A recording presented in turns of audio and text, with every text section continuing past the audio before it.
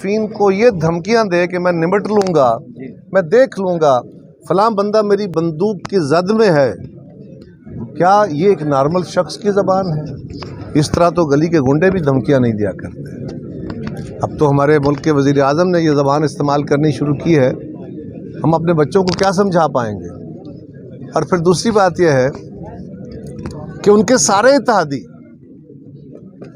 वो हमारे साथ हैं नहीं है, कौन हमारे साथ है, कौन हमारे साथ कब होगा, ये बात की बात है।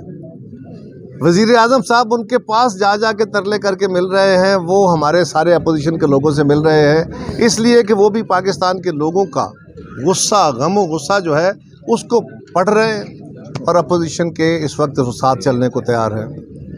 और आखिरी गुजारिश ये है कि जब हुकूमत ये धमकियाँ दे रही हो कि मैं 1 लाख या मैं लाखों बंदे ले आऊँगा, वज़ीर आज़म कह रहे हों और वज़ीर दाखिला फरमा रहे हों कि उस दिन हमारे हज़ारों की तादाद में, बहुत बड़ी तादाद में यहाँ कारकुन होंगे और कोई बंदा असम्बली में नहीं जा सकेगा, क्या ये जीते हुओं की ज़बान होती है?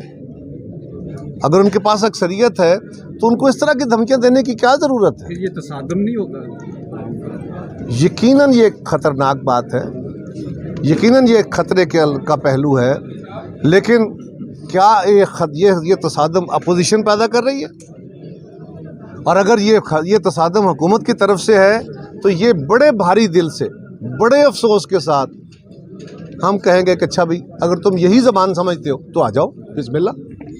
अब हम मैदान छोड़ के भागेंगे तो नहीं, हम बताएंगे कि हम क्या हैं।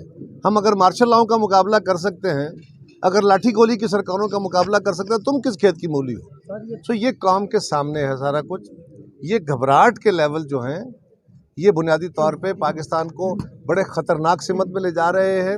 और आप गौर करें, मुझे तो उस बात की तफसील का इल्म नहीं है, लेकिन जब वज़ीर आज़म साहब खुद जलसा आम में खड़े होकर सारी दुनिया के सामने कह रहे हैं मीडिया में कि मुझे आर्मी चीफ ने कहा कि मौलाना फजलुर रहमान साहब को इस नाम से ना बुलाओ, तो फिर वही कहते गए।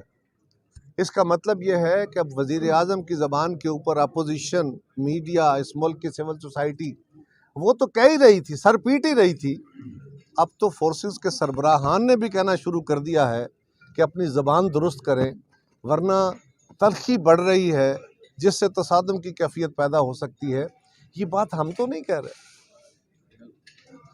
रहे, आप ज़रा खुद समझिए कि ये किसकी ज़बान है। सर, अगर तहरीक कामयाब होती है तो वज़ीर आज़म किस तुसी किधे ना आड़ो कहीं क्यों? आवाम कहती है कामयाब हो, यहाँ लोगों से पूछ ले, मेजॉरिटी कहती है। किस पार्टी का होगा? वज़ीर आज़म मुस्लिम लीग नवाज का होना चाहिए, इसलिए कि वो बड़ी जमात है, उनका हक है और उनका ही वज़ीर आज़म होना चाहिए। ये बात पीपल पार्टी फिर हाथमल्दी रहेगी ना? नहीं, पीपल्स पार्टी सिर्फ इसलिए तो नहीं कि हम वज़ीर आज़म बनने के लिए लड़ रहे हैं, और अगर हमारे पास मेजॉरिटी होती तो हम कहते।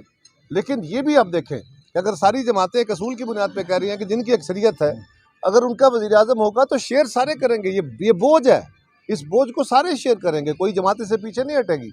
लेकिन जो असूल की बात है वो असूल के तहत होनी चाहिए।